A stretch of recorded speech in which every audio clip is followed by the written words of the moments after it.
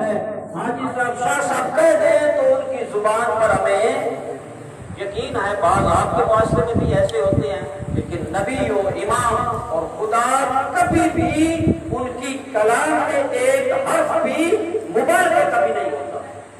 ایسا نہیں ہے کہ خدا کی کلام میں ہاں جی ذالک الکتاب لا ریب فیہ، اس میں کوئی شک و شبہ نہیں ہے، لیکن پھر بھی قسم کھا کر کہتا ہے کہ مجھے آپ کے اس مختصر یہ 40-50 سالہ 60 سالہ زندگی بہت مختصر ہے، اس 50 سالہ زندگی کی قسم ہے، آپ کی یہ زندگی اتنی قیمتی ہے کہ اللہ قسم کھا رہا ہے کہ اس زندگی کو خراب نہ کرنا، اس زندگی کو ضائع نہ کرنا۔ 50 سالہ زندگی اگر ٹھیک گزاریں گے ہم فیہا خالدون، جنت میں رہیں گے ہمیشہ کے لیے۔ لہذا آپ ہی کہتے ہیں جی کوئی طالب علم ہے کہ آپ امتحان آ گئے میٹرک کے FABSC یہ وہ وغیرہ، محنت کریں گے 1 مہینہ 2 مہینے تو یہ آپ کی پوری 10 سال کی محنت ہے جو آپ کو میٹرک کی سند مل جائے گی، یہ ساری چیزیں ہیں۔ لہذا اللہ بھی کہتا ہے کہ 50 سالہ زندگی میں آپ اسی طرح زندگی بسر کریں جس طرح میں کہتا ہوں، تو ہم فیہا خالدون، ہمیشہ کے لیے اللہ کی نعمتوں میں آپ۔ مجھے اس آپ کے مختصر زمانے کی قسم ہے، انسان گھاٹے میں ہے، گھاٹے سے بچ سکتے ہیں الا الذین آمنوا، مگر وہ گھاٹے میں نہیں ہیں جو ایمان لے کر رہے وعاملوا الصالحات، اور عمل صالح، فقط ایمان کافی نہیں ہے۔ مولا کائنات نے فرمایا ایمان کی 3 چیزیں ہیں، 3 چیزوں سے ایمان مکمل ہوتا ہے۔ الاقرار باللسان، زبان کے ساتھ اقرار کرنا کہ اللہ ہے، وحدہ لا شریک ہے، وہ خالق ہے، مالک ہے، رازق ہے، علی کل شیء قدیر ہے، وہ رب العالمین ہے، وہ سب ہدایت کا ابا ہے، اور انبیاء کو یہ خالق پر اس کا عقیدہ ہونا چاہیے۔ پھر کیا ہے کہ نبی پر، قیامت پر، سب چیزوں پر الاقرار باللسان اور تصدیق بالقلب، جب زبان سے کہتا ہے تو دل سے بھی تصدیق کرے کہ اللہ ہے۔ اس لیے معصوم نے فرمایا کہ متقی وہ نہیں ہوتا کہ جس کی محفل پاس ہو، محفل میں بیٹھے الحمدللہ اچھی باتیں کر رہا ہے، ہاں جی ساری چیزیں ہیں، یہ کرنا ہے وہ کرنا ہے، معصوم فرماتے ہیں فقط محفل کا پاک ہونا کافی نہیں ہے، نیک متقی پرہیزگار اپنے خدا وہ ہے جس کی تنہائی پاک ہو، اس لیے کہ محفل میں خدا ہے اور تنہائی میں بھی خدا موجود ہے، کوئی بھی نہ ہو تو خدا کو حاضر و ناظر ہے، یہ ہمارا عقیدہ ہونا چاہیے، تصدیق ہونی چاہیے۔ 5 سال کے بچے سے ہم ڈرتے ہیں، لیکن اس عالم الغیب سے بہت بڑی بات ہے، اقرار کرنا آسان ہے، لیکن عملی پریکٹیکلی عمل کر کے دکھانا کہ وہ خالق دیکھ رہا ہے، یہ مشکل ہے، کوئی بھی نہیں دیکھ رہا۔ اگر اللہ کو یقین ہو تو ملاوٹیں کیوں ہو، دھوکہ بازی کیوں نہ ہو؟ آج کل تو آدمی اطمینان سے ٹماٹر نہیں خرید سکتا ہے جی، جو ہے نا ریڈی پر جائے ہے جی، یہ پیڑتے رہتے ہیں سارا، کیوں؟ ہمارا رزق پورا نہیں ہوتا۔ الحمدللہ پاکستان کی ہر وقت مقبوض ہے، پیر سے لیتا ادھر ادھر، ساری نعمتیں موجود ہے جی، ہر بندہ مقروض ہے، ریڑھی والا بھی مقروض ہے، سارا یہ وہ وغیرہ۔ آپ ادھر کھڑے ہو جائیں اور کہیں جی 1 کلو ٹماٹر کا لینا ہے، جو دیکھیں گے وہ شاپر میں نہیں آئیں گے جی، اس کا کیسے اطمینان ہوگا؟ کیسے بچے کو جب ایسا رزق کھلائے گا وہ نمازی بنیں گے؟ یہ تو ہے جو ریڑھی لگاتے ہیں، جن کے بڑے کاروبار ہیں، وہ تو الحمدللہ۔ جب اللہ پر یقین ہے تو دھوکہ بازی کیا ہے؟ جب اللہ پر یقین ہے تو ملاوٹ کیا ہے؟ جب اللہ کی تقسیم پر راضی ہے تو حسد کیا ہے؟ حسد کیا ہے؟ اس لیے معصوم نے فرمایا کہ کیوں حسد کرتے ہیں؟ حسد حرام کیوں ہے؟ حسد یہی ہے کہ اللہ کرے اس کی کوٹھی جو ہے اس کے پاس نہ رہے، جس کا مال و دولت اس کا ختم ہو جائے، یہ حسد ہے۔ یہ کیا ہے؟ یہ حرام ہے۔ کہنا سوچنا، معصوم نے بتایا کیوں حرام ہے؟ اس لیے حرام ہے حسد کہ یہ اللہ کی تقسیم پر راضی نہیں ہے۔ اگر یہ اللہ کی تقسیم پر راضی ہوتا کہ فرعون کو بھی اللہ دیتا ہے اور اپنے نیک بندے کو بھی غربت میں آزمائش کے لیے اللہ رکھتا ہے۔ یہ دینا اور نہ دینا یہ معیار ابدی نہیں ہے، عبادت نہیں ہے، یہ اللہ کی آزمائش ہے۔ نیک بندے اس کے پاس کچھ بھی نہیں ہے، فرعون ہے تو سب کچھ ہے، نمرود ہے، شداد ہے، جنت بنا دی، اتنا مال تھا، لیکن اس کے مقابلے میں حضرت ابراہیم تنہا ہے، تنہا، اس کو کوئی یعنی کہ پرسان حال نہیں ہے۔ حضرت جبریل جب آگ میں پھینکے گئے منجنیق پر تو حضرت ابراہیم کا کوئی بھی پرسان حال نہیں تھا۔ حضرت جبریل نے کہا میرا اللہ پوری کائنات میں تیری توحید کا پرچار کرنے والے آپ کے ایک ہی خلیل اللہ ہے، وہ آپ کے پھینکے جا رہے ہیں، وہ جانتے ہیں میں مدد کے لیے جاؤں، کیا بیار ہے نبی خدا کا۔ اللہ نے کہا کہ ہاں آپ سے مدد تو لیتے ہیں تو جائیں، مدد کریں، کرنی چاہیے، ہر ایک کو کرنی چاہیے۔ جب حضرت جبریل آئے تو کہا اے ابراہیم، اے خلیل خدا، میں آپ کی مدد کرنے کے لیے آ جاؤں، فرمایا نہیں، جو دیکھ رہا ہے وہی کافی ہے۔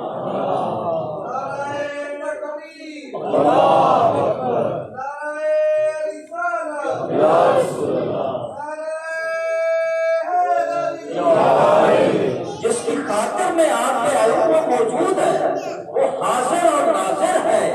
جب اللہ ہے تو کسی اور کی ضرورت نہیں ہے، لہذا ایمان پختہ اور عقیدہ پختہ ہونا چاہیے۔ الاقرار باللسان، زبان کے ساتھ اقرار کرے کہ اللہ ہے، وہ حاضر و ناظر ہے، وہ علی کل شیء قدیر ہے، وہ پتھر کے اندر کیڑے کو رزق دینے والا ہے، وہ رازق ہے، وہ خالق ہے۔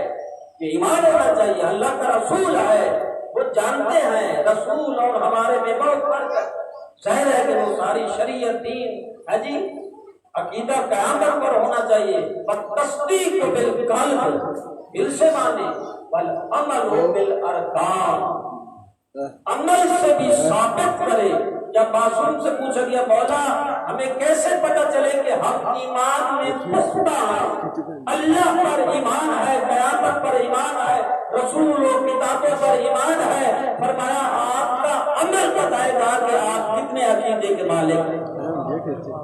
آپ کے عقیدے سے پتہ چلے گا، دھوکہ بازی کرتے ہیں، فراڈ کرتے ہیں یا اللہ پر آپ کا بھروسہ ہے۔ جب عمل کرتے ہیں تو پتہ چل جاتا ہے آپ عقیدے کے کس معیار میں زندگی بسر کر رہے ہیں۔ لہذا انسان گھاٹے میں ہے، الا الذین آمنوا، مگر وہ گھاٹے میں نہیں ہے جو ایمان لے کر آتے ہیں۔ وعاملوا الصالحات، ایمان کے ساتھ عمل صالح بھی ہے۔ عمل صالح کی بہت ساری تفسیریں ہیں، ایک ایک لفظ پر تھوڑے تھوڑے کافی درکار ہے مجالس۔ لہذا عمل صالح کی مختصر یہی ہے کہ قربۃ الی اللہ نہ کرے، خدا کے لیے۔ یہ جو ہم عبادت کرتے ہیں، عبادت کا مفہوم بھی یہی ہے کہ ہر وہ کام جو وقت میں خدا کے مطابق ہے وہ عبادت ہے۔ اب یہ نہیں ہے کہ فقط نماز پڑھنا عبادت ہے، بعض اوقات نماز نہ پڑھنا بھی عبادت ہے، بعض اوقات نماز نہ پڑھنا بھی عبادت ہے۔ بعض اوقات خواتین ہیں کہ مصلی پر جائیں تو مصلی پر نماز پڑھنا حرام ہے، 4 رکعت کی بجائے آپ 2 رکعت پڑھتے ہیں، سفر میں ہیں 2 رکعت پڑھی، آپ 4 پڑھیں گے، ایک تو اضافہ کیا ہے نا۔ تیسری اور چوتھی رکعت میں سورہ الحمد پڑھی، اللہ کا نام لیا ہے، اللہ فرماتا ہے آپ کی نماز کی ضرورت نہیں ہے، اس لیے کہ میں نے 2 کہا ہے 4 کی بجائے۔ بعض اوقات روزہ رکھنا عبادت ہے اور بعض اوقات عبادت کا مفہوم کیا ہے پتہ ہی نہیں ہے کہ کیا ہے، عبادت کیا ہے۔ بعض اوقات روزہ رکھنا عبادت ہے اور بعض اوقات روزے کا نہ رکھنا عبادت ہے۔